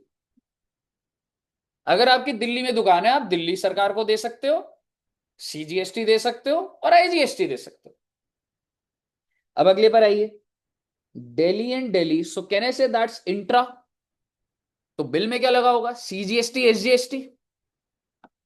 और ये बंदा कहाँ का है? गुजरात। मैं इसे बोल रहा हूँ टीडीएस जमा कर, उसने कहा टीडीएस कितना परसेंट? मैंने कहा 1%। उसने कहा कौन सी सरकार को? गुजरात को। मैंने कहा नहीं, दिल्ली को। कह रहा मेरे पास है ही नहीं भाई, दिल्ली का नाम ही नहीं आ रहा है यहाँ पे, मैं तो गुजरात का दुकानदार हूं, मेरे इंटरफेस में गुजरात गवर्नमेंट को पेमेंट जा सकती है बस। समझ रहे हो? तो क्या यहाँ पे टीडीएस प्रोविजंस हैं? नहीं। समझ आया बच्चे? अब अगर आप अगला देखेंगे, like there is UT1 union territory 1 and UT1, I mean that same. तो इंट्रा हुआ, और आपकी दुकान किधर है? तो ठीक है ना भाई, कोई दिक्कत ही नहीं है। UT1 and UT1, so that's intra, but you are at UT2। क्या ये हो जाएगा? नहीं।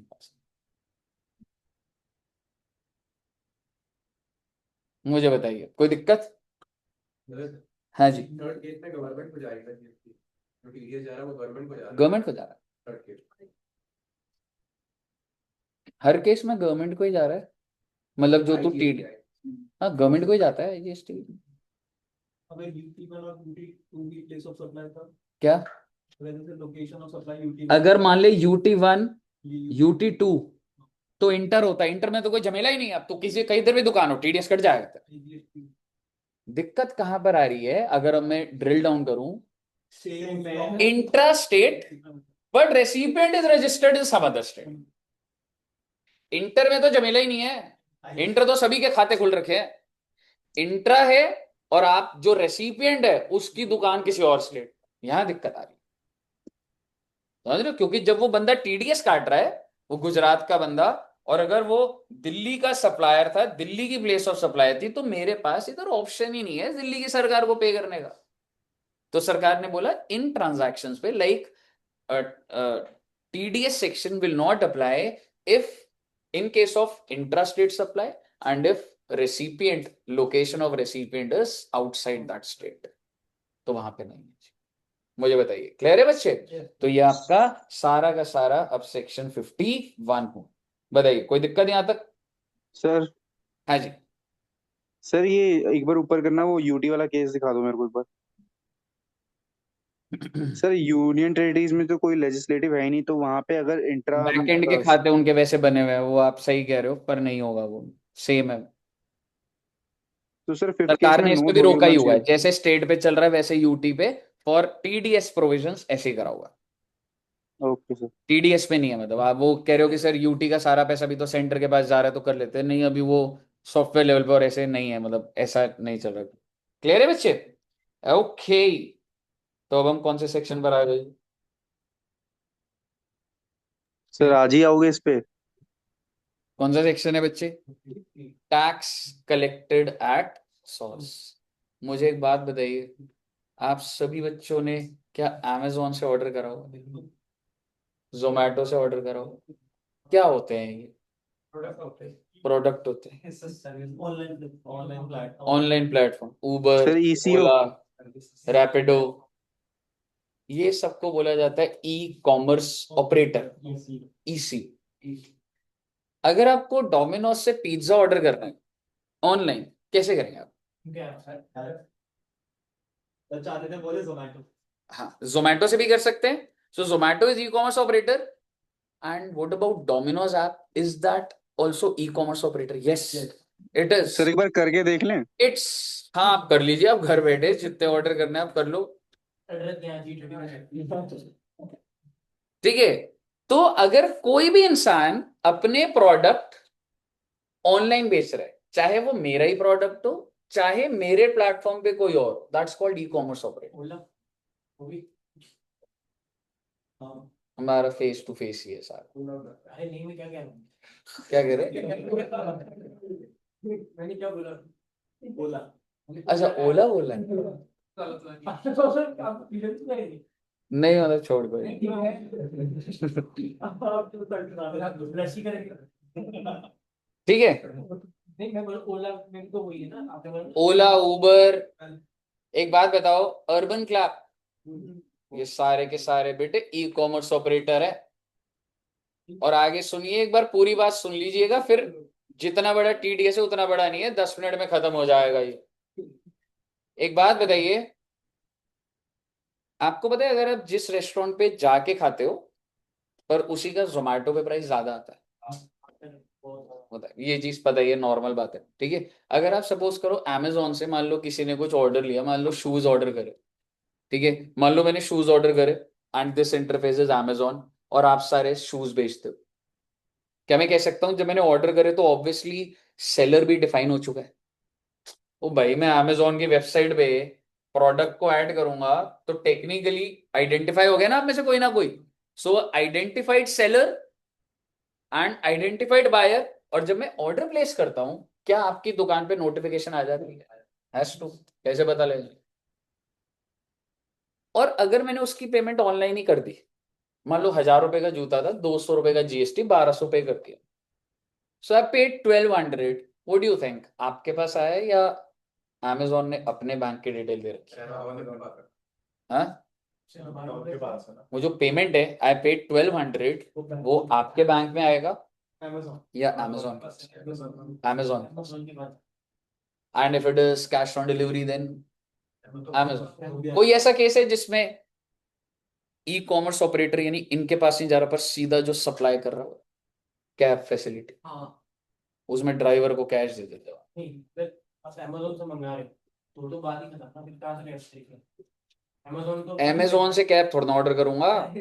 ओला उबर की बात पर आ गया मैं। कैब कैब, ठीक है, आपने देखा होगा अभी आप इतनी कैब बुक नहीं करते, बट आपको पता है बीच में उबर ने क्या कर दिया था कि अगर वो ऑनलाइन पेमेंट लेता था ना, तो ड्राइवर्स को पे ही नहीं कर रहा, वॉट एवर रीजन, गाड़ी खराब हो गई होगी, कुछ होगी, डेंटिंग हो गई होगी, उस ड्राइवर को पेमेंट नहीं होती।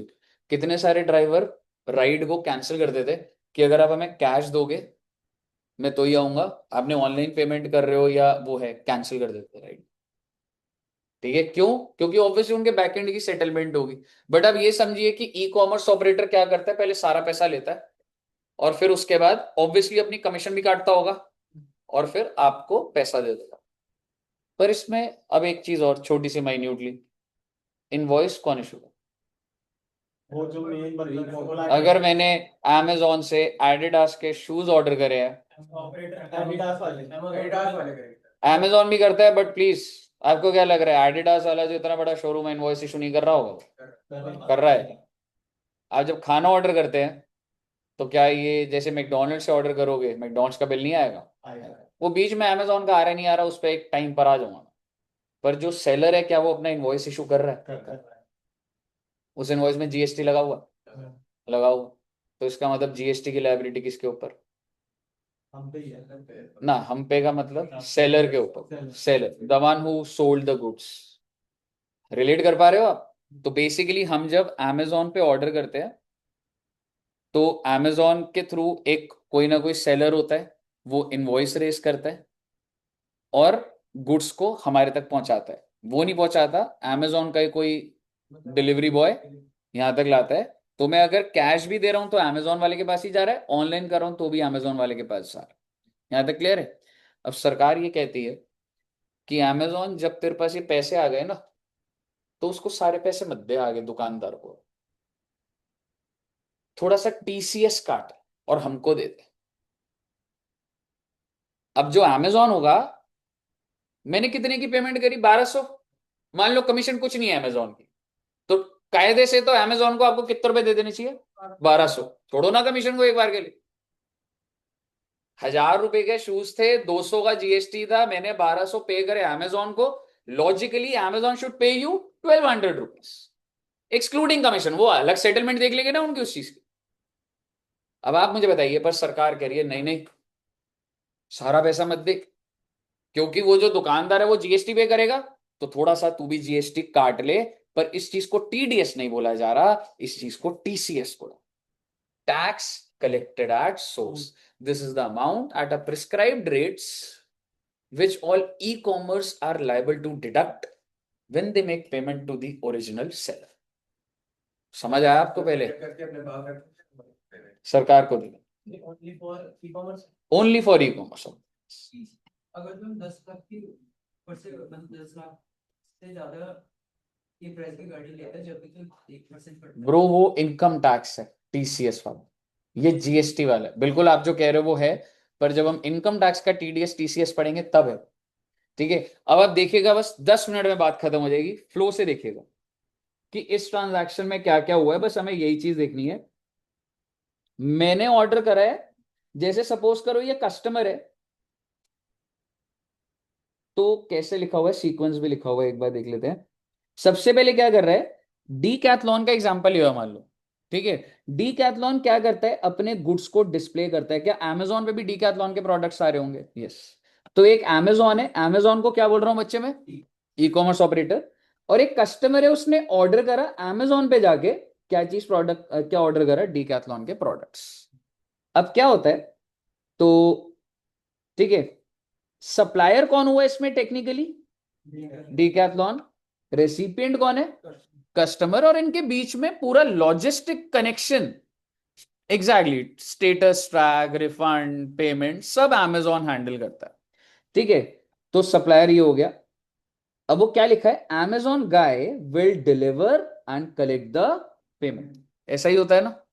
और भाई साहब ऑर्डर क्या करा था, 5000 के शूज थे, GST 1000, टोटल पेमेंट कितनी, 6000। तो कस्टमर ने Amazon को कितने दिए होंगे, चाहे कैश चाहे ऑनलाइन?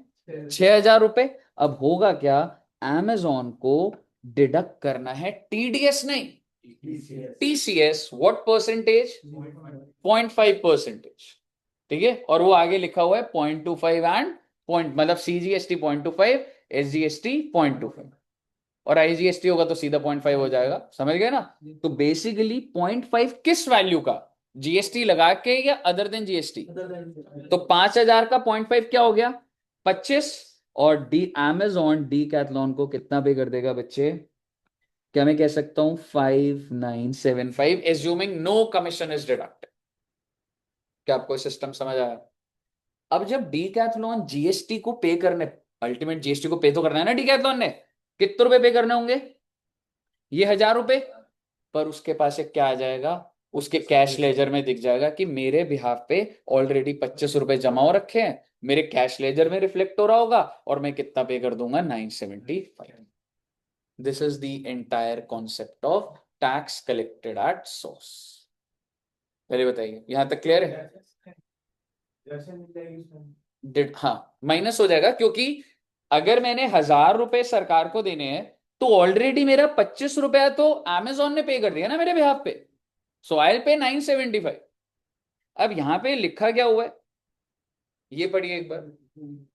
कहने से Decathlon itself has his own website, तो Decathlon is an ECO as well.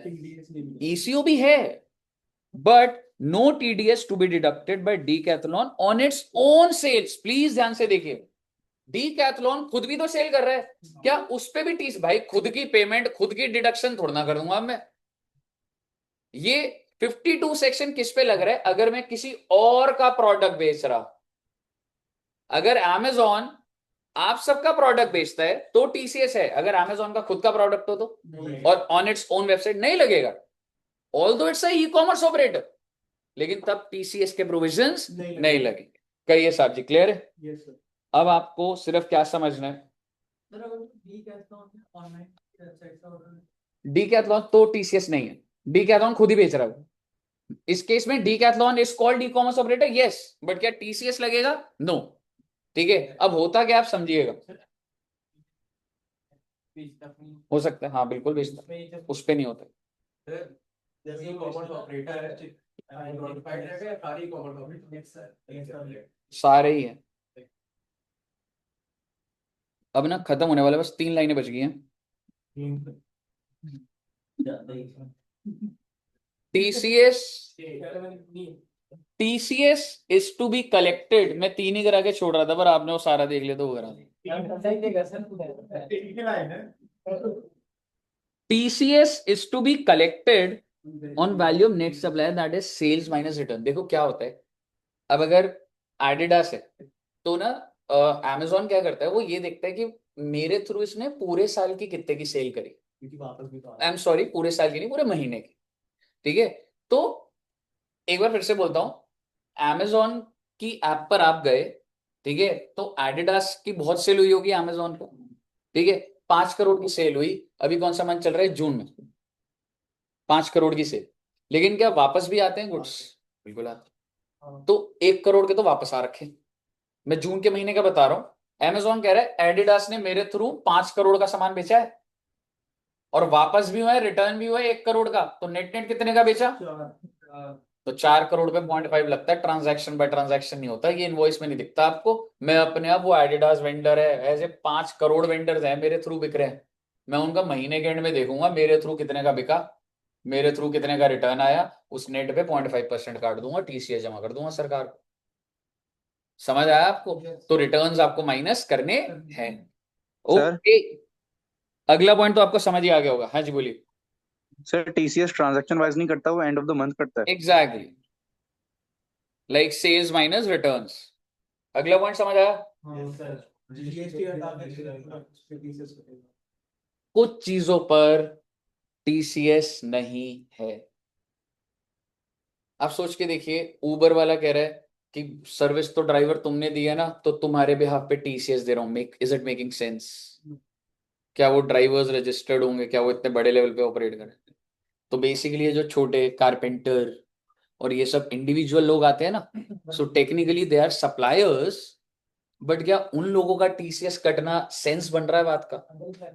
और एग्जैक्टली नहीं बन रहा। अब आप बोलोगे सर पर जीएसटी लगता है, हाँ लग रहा होता उस पर, क्योंकि वो सरकार भी बड़ी तेज है। सरकार कह रहे है जब एक छोटा सा एक लेबर क्लास अगर सप्लाई कर रहा है उस पर तो लग नहीं सकता, तो उन सर्विस पे क्या बोल देते हैं, ये अर्बन क्लैब तू देगा सर्विस पे जीएसटी।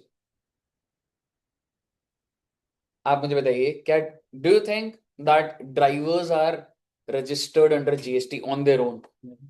उनको समझ भी नहीं आएगा क्या चल रहा है, ऐसे लॉ थोड़ा ना बताया जाता। ठीक है, तो आप मुझे बताइए, क्या उन सर्विसेज पे जिसमें ड्राइवर्स हैं, कारपेंटर हैं, प्लम्बर हैं, उस पे टीसीएस का प्रोविजन होना चाहिए? नहीं। तो अब यही लिखा हुआ है, TCS is not to be collected on notified service under 9(5). पहली क्या लिखी हुई है बच्चे? Radio taxi, motor cab, maxi cab, motorcycle, any other motor vehicle except omnibus ये सब चीजें क्या होती हैं, ये हम कर लेंगे, एक टाइम आएगा। मीटर वाली अलग होती हैं, रेडियो टैक्सी अलग होती हैं, तो वो सारी चीजें देखेंगे एग्जेम्पशन चैप्टर में, अलग वैरायटी क्या होती है। अभी आपको बस मोटा मोटी ध्यान रखना है, ओला उबर वाले भी बाहर। नॉर्मल कैब होती है, बस होती है, और क्या होता है हाँ मतलब ओमनी बस बस ही होती है। ऑरेंज का maxi cab radio taxi satellite के थ्रू कोई होती है तो वो होती है, वो फर्क होता है, मोटा मोटी वही ओला उबर वाले बाहर, थोड़ा थोड़ा गैप होता है ना, पर ऐसा हो।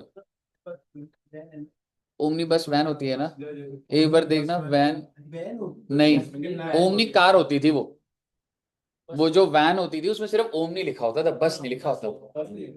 ओमनी बस ही है ये। अब ये कौन सी है वो कोई नहीं, लेकिन ओमनी बस सर्विस बाहर नहीं हुई है। ओमनी और मेरे हिसाब से बड़ी बड़ी बसेस जो ऑनलाइन हो रही है, पर मुद्दे की बात वो नहीं है। अगला देखिए एक बार, हाँ हो सकता है एक बार, अभी देखिए पॉइंट नंबर डी पढ़िए। क्या है आ जाओ सर, आ जाओ, क्लास खत्म करा दिया है तो अंदर क्या पढ़ना है? सर बच्चे थक गए हैं कुछ, बच्चे थक गए हैं, कुछ बच्चों के लिए खाने के लिए मंगवा दो सर। आप ले लो ना।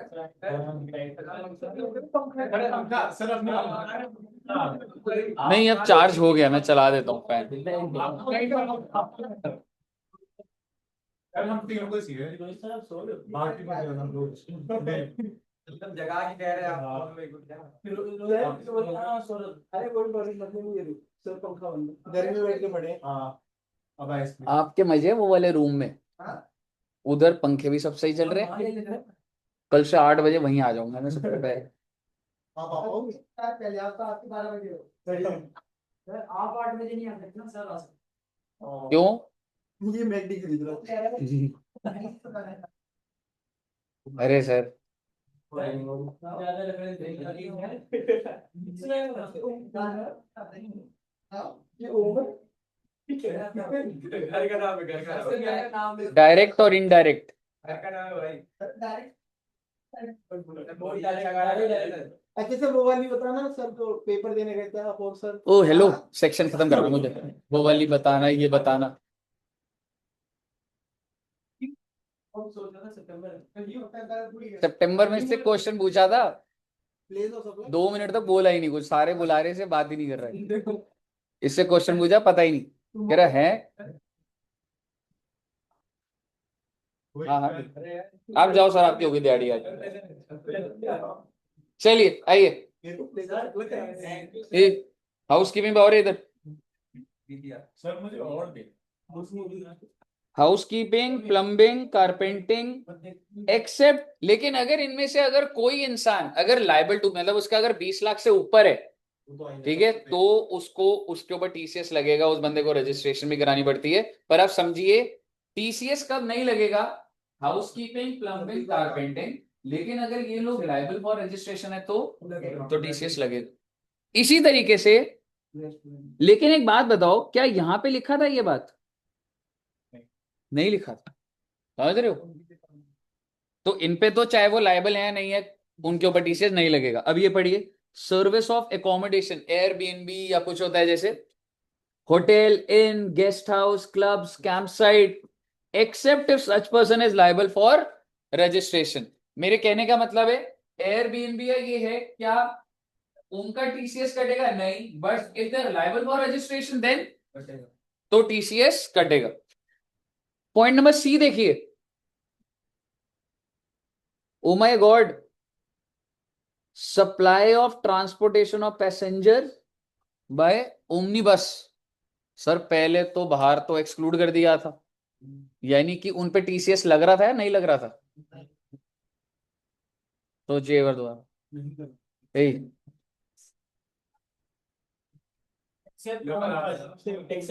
हाँ, तो उन पे टीसीएस लग रहा था, तो वो नाराज हुए, तो नीचे उनका फिर नाम आया कि ये लो अब हटा दिया।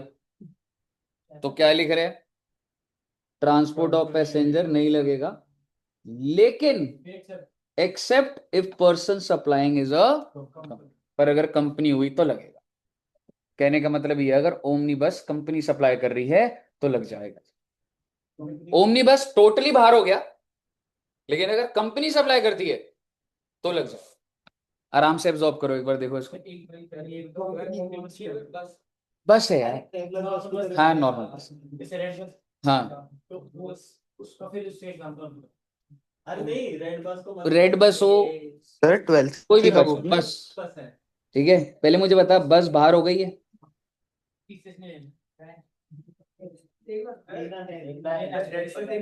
जब ये बाहर हुई तो इस पे टीसीएस लगा, लगा तो वो नाराज हो गए बस वाले, तो फिर उनका नाम आया, अरे नाराज मत हो, ये लो तुम्हारा नाम लिख दिया, ठीक है, तो वे बाहर हो गए। लेकिन कौन अभी भी रह गया?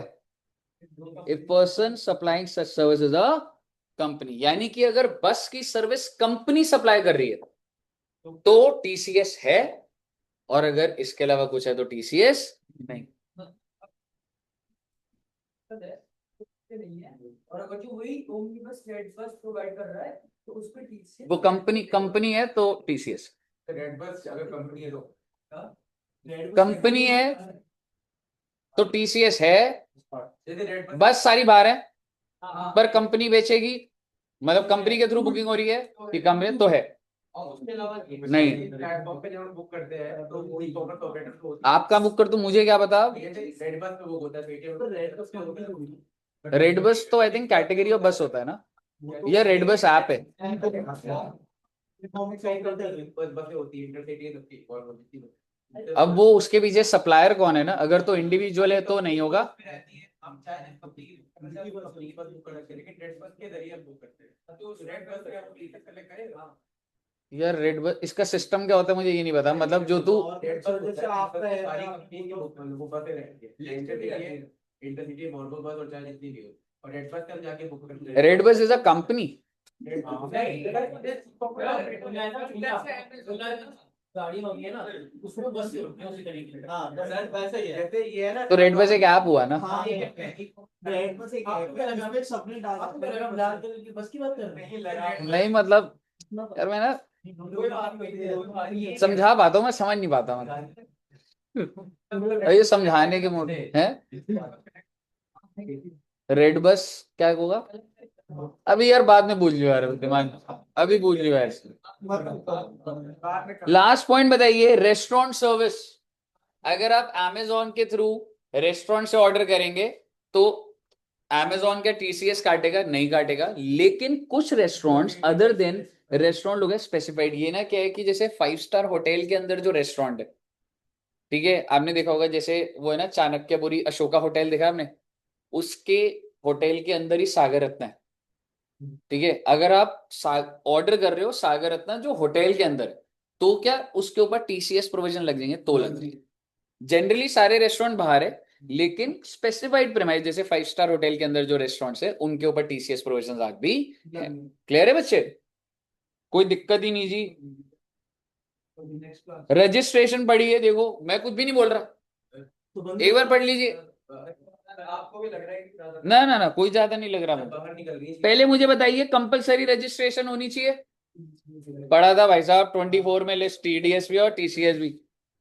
PO shall grant registration with nominee days, और अगर ईसीओ को जरूरत नहीं है तो भाई अप्लाई कर ले कैंसिलेशन के लिए, क्या दिक्कत वाली बात। क्लियर है? अब ये भाई जो भी लोग टीसीएस काटते हैं, मतलब ई कॉमर्स ऑपरेटर, ये अपनी मंथली स्टेटमेंट जमा करते हैं, हमने इतना इतना टीसीएस काटा है, ठीक है, कौन सी तारीख को करेगा? 10th ऑफ नेक्स्ट मंथ, और पेमेंट भी ये 10th ऑफ नेक्स्ट मंथ को ही कर देते हैं, स्टेटमेंट है ये।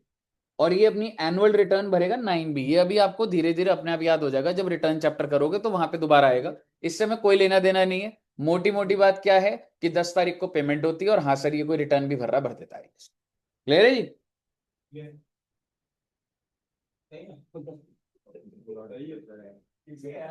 ये वाली बात सिर्फ थ्योरेटिकल है, आप इसको रीड कर लीजिए और सारा का सारा आपका टीडीएस एंड टीसीएस खत्म हो गया।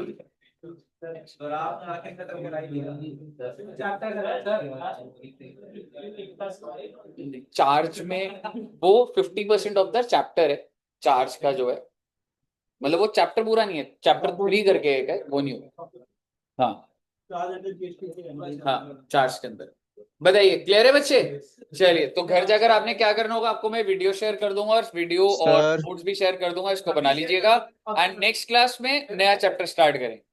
सर अभी शेयर कर सर तो हमेशा टाइमली भाई, मैं भेज देता हूँ भाई। बिल्कुल ये वाला 2 नंबर, एक क्लास में 2 नंबर बहुत बड़ी बात है, एक ज्यादा बोल दिया मैंने, 1 नंबर। सर ओ भाई सुन लो सर।